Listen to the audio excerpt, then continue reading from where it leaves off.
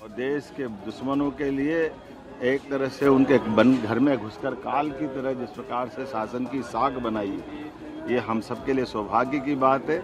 आज मैं कामना करता हूँ, बाबा महाकाल से कामना करता हूँ कि भगवान उनको 2029 में भी सफल करे और पूरे देश में उनके नेतृत्व में हमारे शासन के भारतीय जनता पार्टी के एनडीए के नेतृत्व में फिर एक बार सरकार बने, मेरी अपनी ओर से बने। सर, मीनाक्षी नटराजन जो है उनका नामांकन रद्द हुआ और कांग्रेस विरोध कर रही है। सर, कह रही है कि बीजेपी ने देखो, कांग्रेस ने जान करते हार के डर से षड्यंत्र पूर्वक उनके प्रत्याशी के फार्म में गलती रखी, क्योंकि ये सीट पर कई सारे कांग्रेसियों की नज़र थी। जब उनको सीट नहीं मिली तो ये खेल बिगाड़ने का काम कांग्रेसियों ने किया।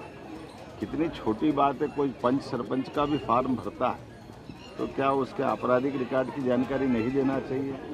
जो 10-10 बार चुनाव लड़ चुके ऐसे बड़े नेताओं के साथ, और वो भी राज्यसभा जैसे उच्च सदन के चुनाव में आप नाम निर्देशन फार्म भरते हो, तो ये आप जानबूझ करके षड्यंत्र कर रहे हैं। एक तरफ आपको अपने विधायकों पे भी भरोसा नहीं, इसलिए प्लेन लेकर उनको लड़ाने का, डराने का, कितने प्रकार से ये जो नाटक करने का प्रयास किया। सारी पोल खुल गई है। अब कांग्रेस को आत्मविश्लेषण करने की जरूरत है।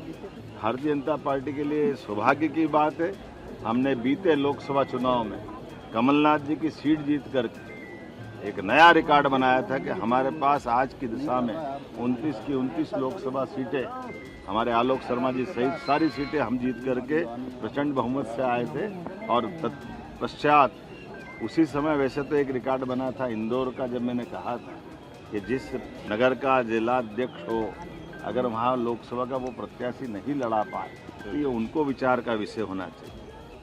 हम अगर ये बोलेंगे तो किसी को बुरा लगेगा, लेकिन ये जो बात है वो यथार्थ है। ये जरा अंदर झांक के देखें। जो हम नेतृत्व की कांग्रेस से भी एक अपेक्षा करते हैं कि कांग्रेस के अंदर वर्तमान के जो हालात है कि जो अपने प्रत्याशी का फार्म नहीं भरा पाए, जो अपने विधायकों को एकजुट नहीं कर पाए, जो अपने छाप और धाक